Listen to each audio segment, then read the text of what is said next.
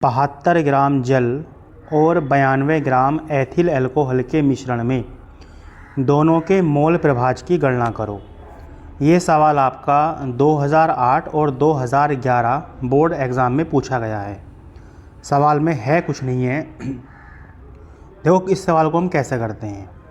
मैंने आपको उस दिन भी बताया था कि जो आपका होता है विलयन, क्या होता है विलयन, वह आपका विलय और विलायक दोनों का योग होता है। और जो आपका विलय होता है, विलय कम मात्रा, और जो आपका विलायक है वह होता है आपका ज़्यादा मात्रा वाला।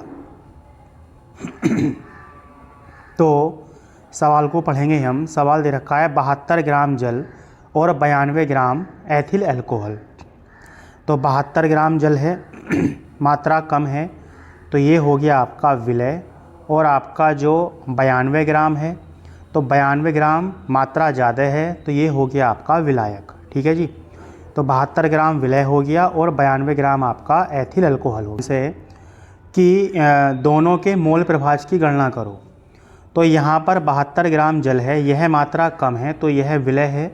और 92 ग्राम आपका एथिल अल्कोहल। एथिल अल्कोहल का सूत्र होता है C2H5OH, और जो आपका जल है वो होता है आपका H2O है। तो यह मात्रा ज़्यादा है, तो यह आपका क्या हो गया, विलायक हो गया। तो जिस भी जैसे इसमें ये है हमारे पास विलय का मोल प्रभाज। तो अगर हम विलय का मोल प्रभाज निकालेंगे तो विलय क्या है, इसके अंदर जल है। ठीक है।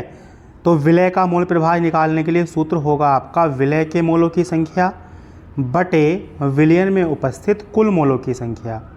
तो जो ये नीचे वाला लिखा हुआ है विलयन में उपस्थित कुल मोलों की संख्या, तो कुल में क्या आएगा आपका, नीचे आ जाएगा आपका विलय के मोलों की संख्या प्लस विलायक के मोलों की संख्या, ऐसे ही आएगा ना।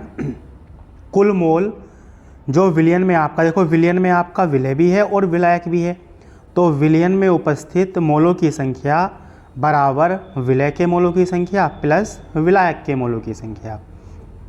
इस तरीके से हम करेंगे। तो पहला देखो सूत्र चेंज कैसे होगा।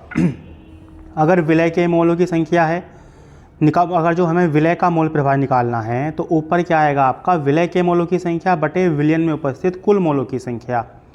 दूसरा, अगर हमें इसके स्थान पर अगर ये निकालना है क्या कि विलायक का मोल प्रभाज, किसका निकालना है, विलायक का मोल प्रभाज, तो ऊपर आपका सूत्र में यहाँ विलय के स्थान पर क्या हो जाएगा, विलायक हो जाएगा। विलायक के मोलों की संख्या बटे विलयन में उपस्थित कुल मोलों की संख्या।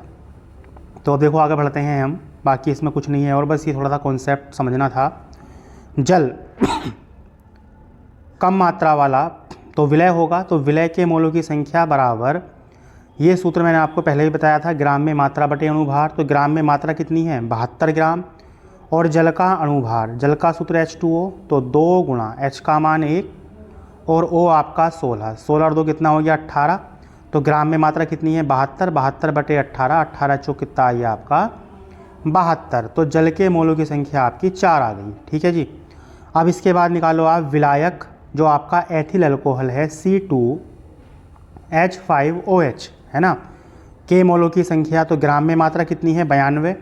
और C2H5OH का अणुभार हम निकालेंगे तो C होता है 12, तो 2 गुणा 12 प्लस 5 गुणा H का मान, H होता है 1 प्लस O 16 और आपका H 1। तो इनका अणुभार निकालना हमने, तो कितना आएगा 46।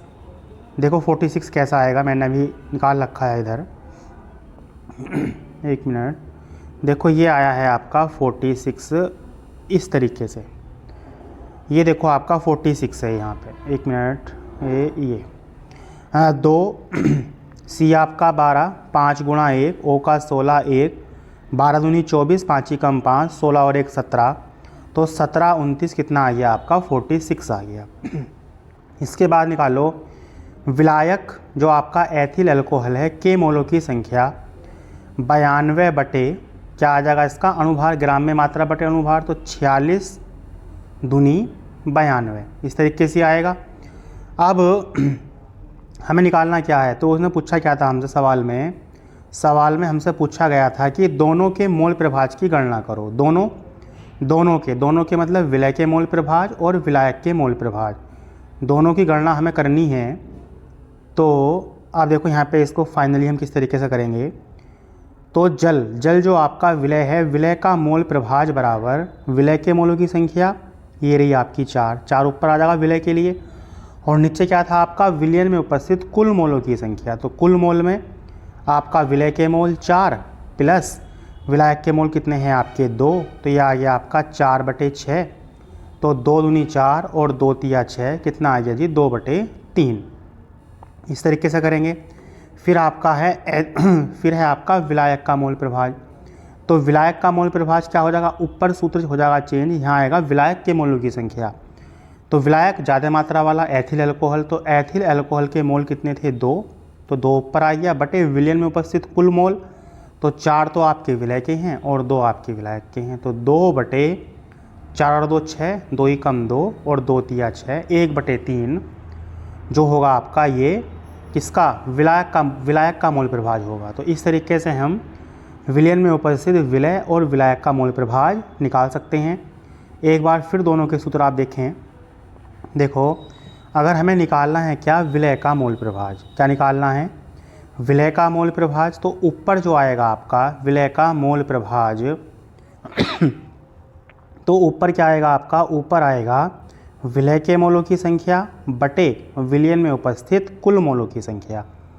और अगर हमें निकालना हो क्या, विलायक का मोल प्रभाज, तो विलायक के मोल प्रभाज में विलायक